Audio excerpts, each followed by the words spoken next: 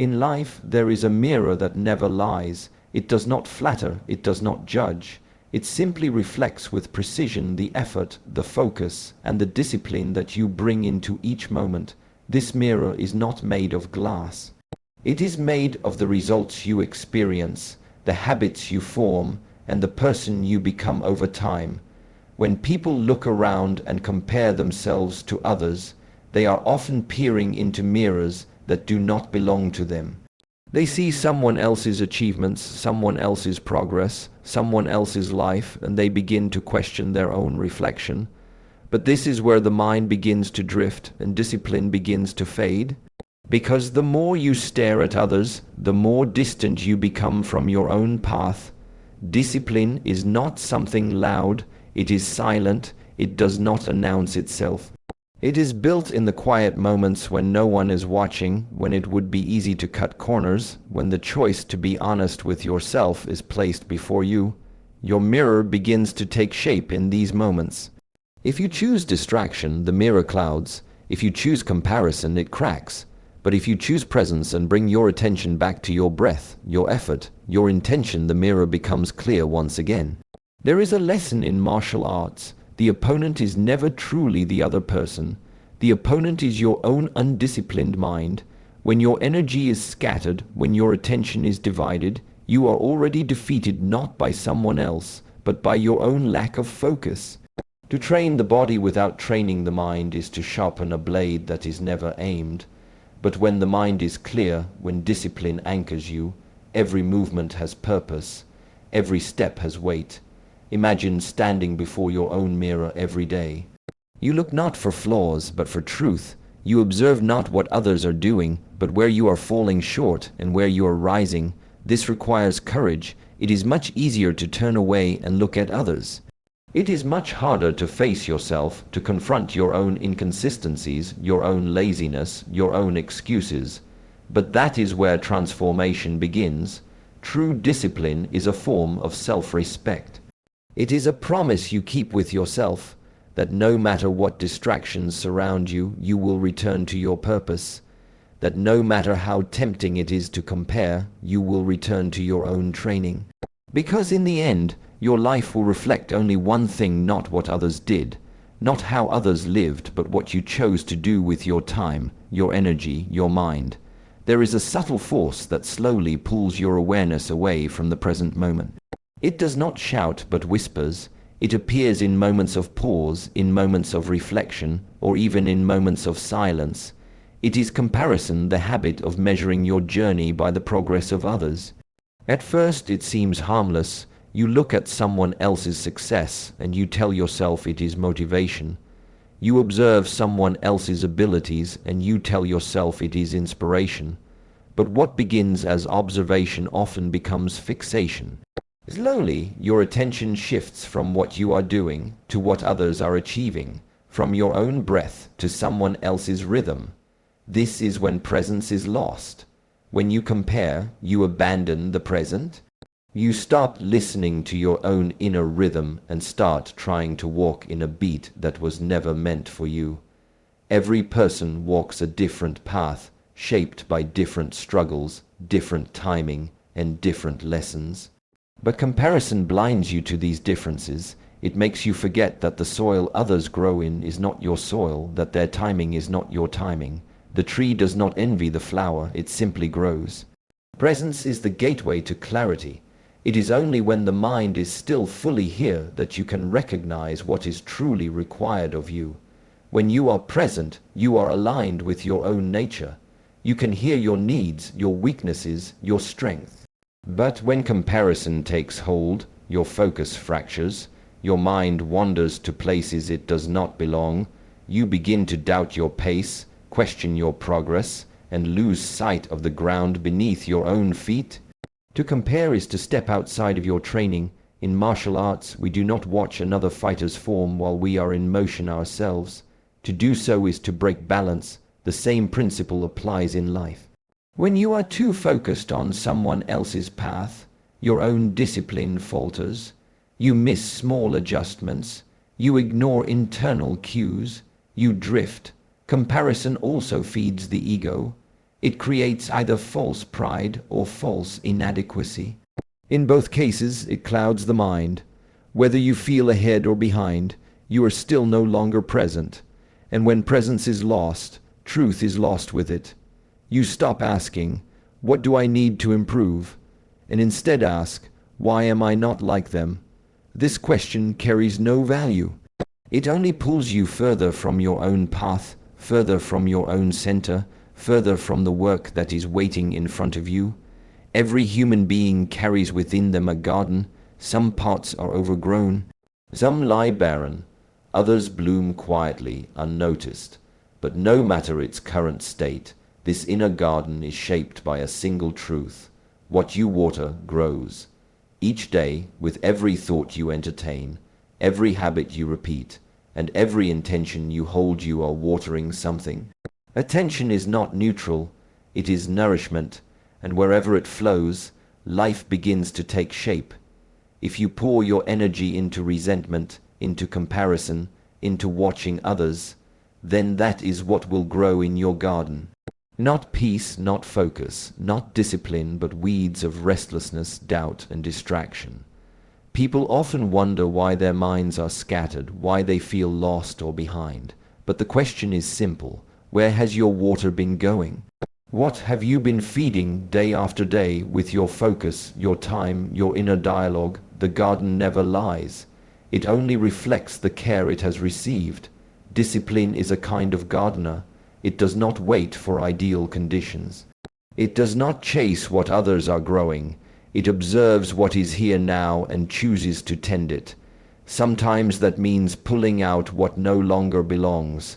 Old thought patterns, habits that drain energy, relationships that dim the spirit. Other times it means patiently nurturing what is barely visible, a new routine, a small shift in mindset, a quiet decision to begin again. Growth rarely announces itself. It comes in silence through steady tending. But this care must be personal. You cannot tend your own soil while your eyes are on another's land. You cannot grow your own peace while constantly feeding the noise of comparison, opinion, or external approval. What grows in your garden is not determined by others. It is shaped by what you choose to return to again and again.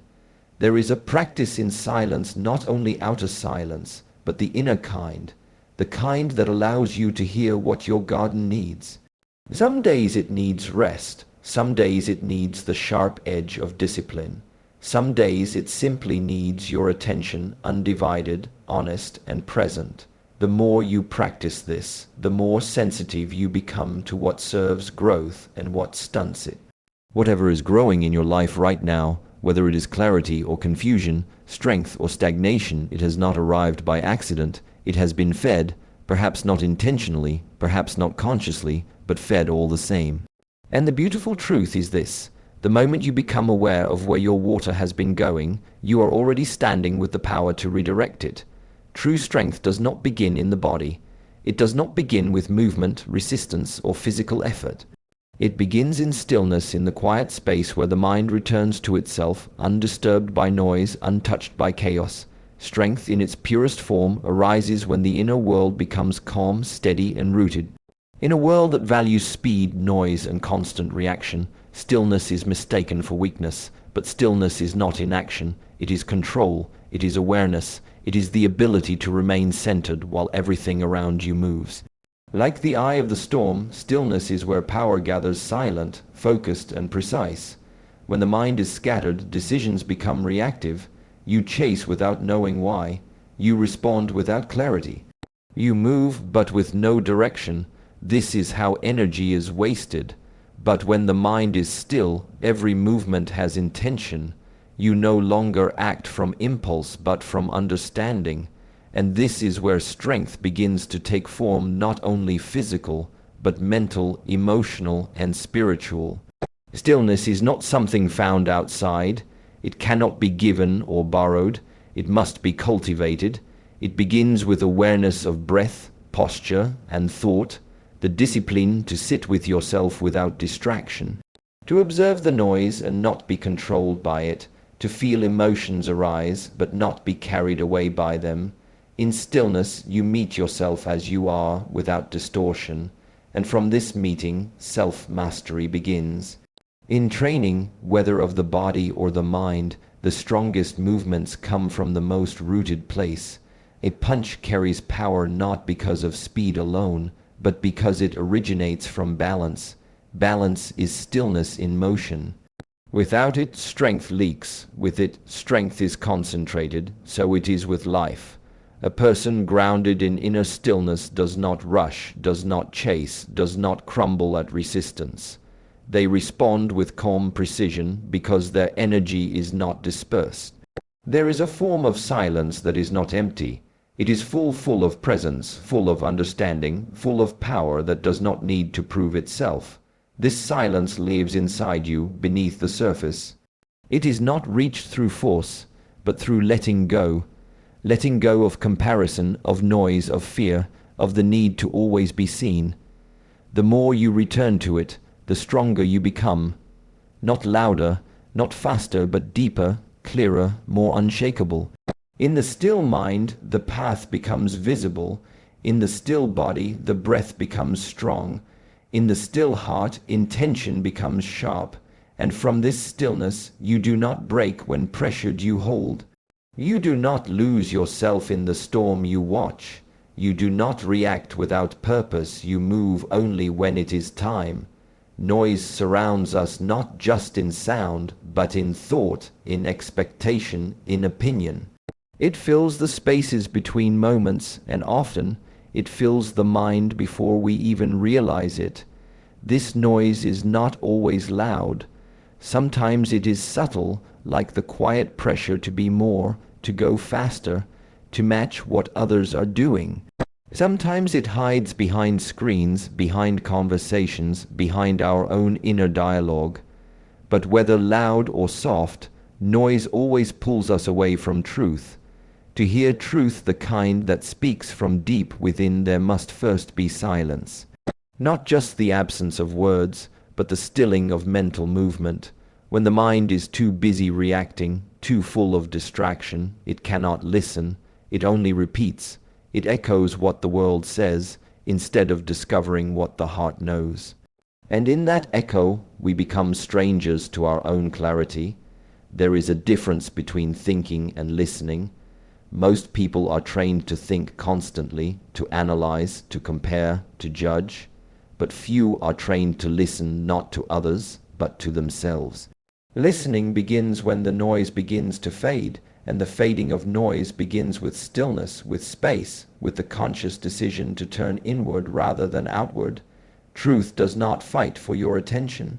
It does not compete with the world. It waits patiently beneath the surface until you are ready to hear it, and often it speaks the softest when the world is the loudest. This is why silence must be practiced, because the world will not offer it to you. You must choose it. You must carve it out of your day, out of your habits, out of your thinking. In silence, you begin to recognize what is yours and what is not. You begin to separate what you've been told from what you truly believe. You begin to feel what aligns and what has only been performed to please. This clarity cannot be taught. It must be experienced, and it only arrives when the inner space becomes still enough to receive it. There is a discipline in stepping away from the noise, in refusing to always have an answer, to always be seen, to always be connected. In that refusal, strength is built. It is the strength of someone who no longer reacts to every voice, every demand, every comparison. It is the strength of someone who has made space for something more honest, more enduring. The truth that lives within you is not fragile. It does not need validation, but it does require attention. It requires stillness. It requires the courage to go quiet, even when everything around you demands noise. Progress cannot be borrowed, compared, or rushed. It is not measured in how far others have gone, but in how deeply you have committed to your own path.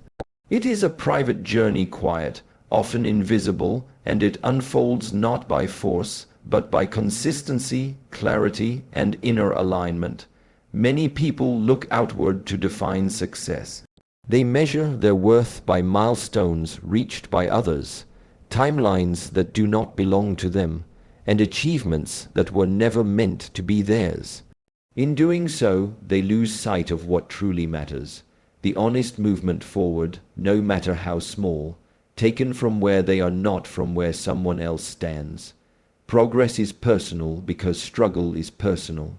No one knows the weight you carry, the battles you fight silently, or the strength it takes for you to show up. A single step taken in sincerity holds more value than 100 taken to impress. Growth that is rooted in self-awareness lasts. Growth that is shaped by comparison fades. There are seasons in life where everything feels still. On the outside, it may seem like nothing is happening, but under the surface, something is shifting: perspective, discipline, resilience. Just because progress is not visible does not mean it is absent. Some of the most important transformations happen in silence, in solitude, in moments where no one is watching. To trust this process is part of the discipline. Your timing is your own. There is no universal clock for growth. Some begin fast and lose direction. Others begin slow and move with purpose. One is not better than the other, only different. Respecting your pace means honoring your current state while keeping your eyes on the direction, not the speed. Fast or slow, movement guided by intention always leads forward. Progress also requires honesty. Not just effort, but the willingness to see where you've held back, where you've avoided discomfort, and where you've repeated patterns. This kind of self-observation is not judgment, it is refinement. It sharpens the path, it removes what no longer serves, it makes the next step clearer. In martial training, one student's form may look entirely different from another's, but both may be progressing, because progress is not how something appears, it's how deeply it is understood and embodied. The same applies to life. What looks effortless on the outside may be shallow. What looks uncertain may hold great depth. Only you can know the difference. Only you can measure whether today you are more focused than yesterday. Whether your choices reflect more clarity, more discipline, more truth than before.